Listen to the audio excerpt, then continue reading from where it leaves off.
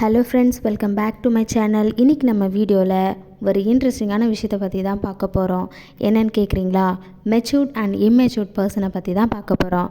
ஏண்டா எருமை மாடு, உனக்கு இவ்வளோ வயசாகிருக்கே, உனக்கு கொஞ்சம் கூட அறிவு இல்லையா? மாடு மாதிரி வளர்ந்துருக்கே அப்படின்னு சொல்லிட்டு நம்மளை யாராவது பார்த்து ஒரு முறையாவது நம்மளோட லைஃப்பில் இப்படியெல்லாம் திட்டியிருப்பாங்க. எருமை மாடு மாடு அப்படின்னு திட்டுற அளவுக்கு நம்மளோட பிஹேவியர் அவங்கள அந்த அளவுக்கு கோவப்படுத்துகிற மாதிரி இருந்திருக்கும். இம்மெச்சூராக இருந்திருக்கும்.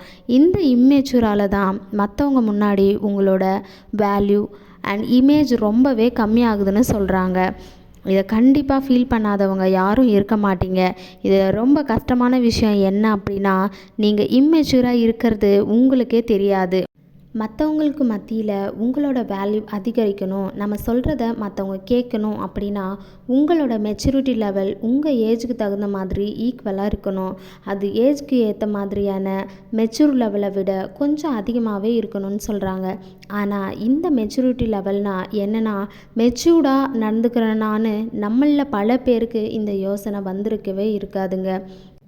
இப்போ நான் சொல்லக்கூடிய விஷயங்கள் எல்லாமே இம்மெச்சூர் பர்சனோட பிஹேவியரை பற்றி தான் இருக்க போகுது.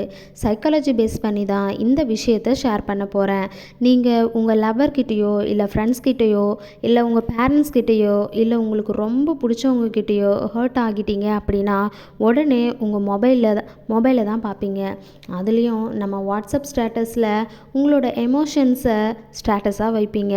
மற்றவங்களால் ஏற்பட்ட அந்த பெயினை நீங்கள் ஸ்டேட்டஸ் வைக்கிறதுனால அதுக்கு காரணமானவங்க உங்கள் மேலே அந்த ஸ்டேட்டஸை பார்த்துட்டு அவங்க பரிதாபப்படணும், நீங்கள் நல்லவங்க அப்படின்னு சொல்லிட்டு அவங்க புரிஞ்சுக்கணும் அப்படின்றதுக்காக நீங்கள் ஸ்டேட்டஸ் வைப்பீங்க.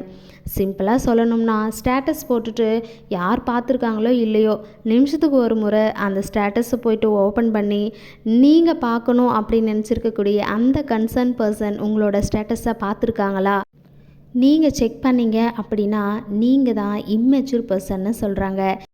இந்த மாதிரி நீங்கள் பண்ணும்போது ஒன் டைம் மட்டும் சோகமான ஸ்டேட்டஸ் வைக்கும்போது உங்கள் மேலே கேரிங்காக இருக்கிறவங்க உங்களுக்கு என்ன நடந்துச்சு அப்படின்ட்டு தெரிஞ்சுக்க உங்களை விசாரிப்பாங்க, உங்கள் மேலே கேரிங்காக இருப்பாங்க.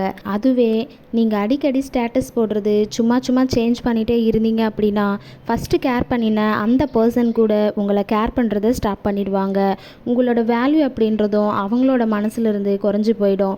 ஸோ இந்த மாதிரி ஸ்டேட்டஸில் எமோஷன்ஸை ஷேர் பண்ணி எக்ஸ்பீரியன்ஸ் பண்ணி இருந்தீங்க அப்படின்னா கமெண்ட் செக்ஷனில் கமெண்ட் பண்ணுங்கள். நம்ம சோகத்தை ஸ்டேட்டஸாக வைக்கிறதுனால எதுவும் இங்கே சேஞ்ச் ஆக போகிறது இல்லைங்க.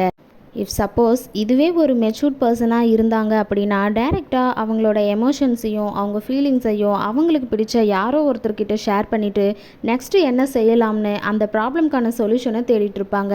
ஸோ இந்த வீடியோ பார்க்குற நீங்கள் மெச்சூர்டாக இல்லை இம்மெச்சூர்ட் பர்சனா அப்படின்றத கமெண்ட் செக்ஷனில் கமெண்ட் பண்ணுங்கள்.